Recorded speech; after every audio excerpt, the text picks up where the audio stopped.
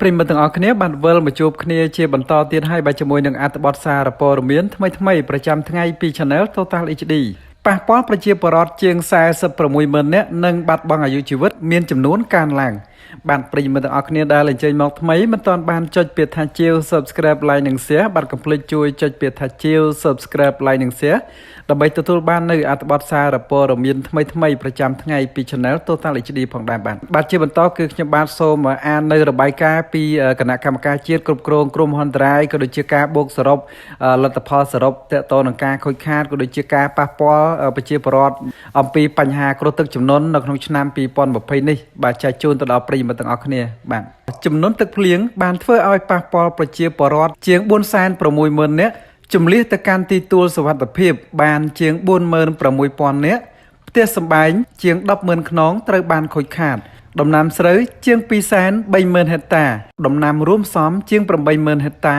ផ្លូវជាតិផ្លូវខេត្តផ្លូវគ្រូក្រហមប៉ះពាល់ជិត500គីឡូម៉ែត្រនិងបាត់បង់អាយុជីវិតរបស់ប្រជាជនកម្ពុជាមានចំនួន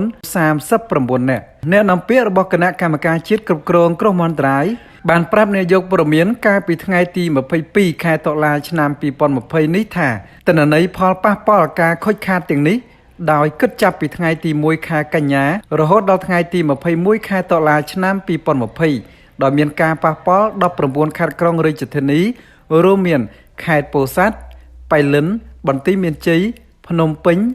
បាត់ដំបងស្វាយរៀងឧត្តរមានជ័យសៀមរាបតាកែវកំពង់ស្ពឺមណ្ឌលគិរីព្រះសីហនុកោះកុងព្រះវិហារកំពង់ឆ្នាំងនិងកំពង់ធំ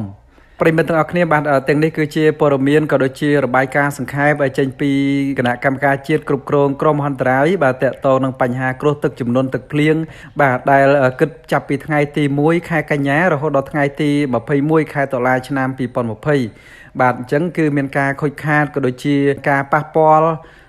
ដំណាំស្រូវបាទខេត្តក្រុងចំនួន19ខេត្តក្រុងហើយដំណាំស្រូវដំណាំចម្ការក៏ដូចជាដំណាំផ្សេងទៀតបាទជាពិសេសគឺប៉ះពាល់លំនៅឋានរបស់ប្រជាពលរដ្ឋបាទជាច្រើនផងដែរដូចជាអាយុជីវិតរបស់ប្រជាជនកម្ពុជាបាទមានរហូតដល់39នាក់ឯណោះបាទគឺមានការប៉ះពាល់ច្រើនមែនទែនទាក់ទងនឹងបញ្ហាគ្រោះទឹកជំនន់ទឹកភ្លៀង